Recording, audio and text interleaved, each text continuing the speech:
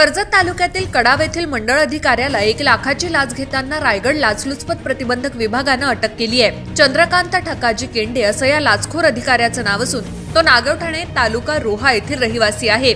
दहिगाव तालुका कर्जत येथे नोंदणीकृत कराराद्वारे खरेदी केलेले जमिनीचे फेरफार नोंद मंजूर करण्याकरिता 31 डिसेंबर 2024 रोजी तक्रारदार यांच्याकडे मंडळ अधिकारी चंद्रकांत ठकाजी केंडे यांनी 1 लाख रुपयांची मागणी केली होती।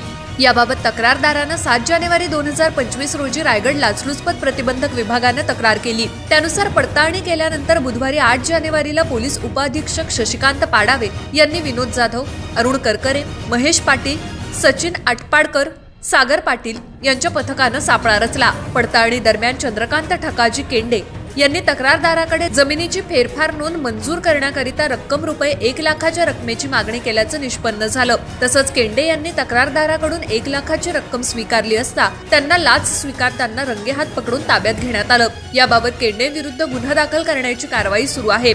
दरम्यान ठाणे लाचलुचपत प्रतिबंधक विभागाचे पोलीस अधीक्षक शिवराज पाटील, अप्पर पोलीस अधीक्षक संजय गोविलकर, अप्पर पोलीस अधीक्षक सुहास शिंदे यांच्या मार्गदर्शनाखाली ही कारवाई करण्यात आली आहे।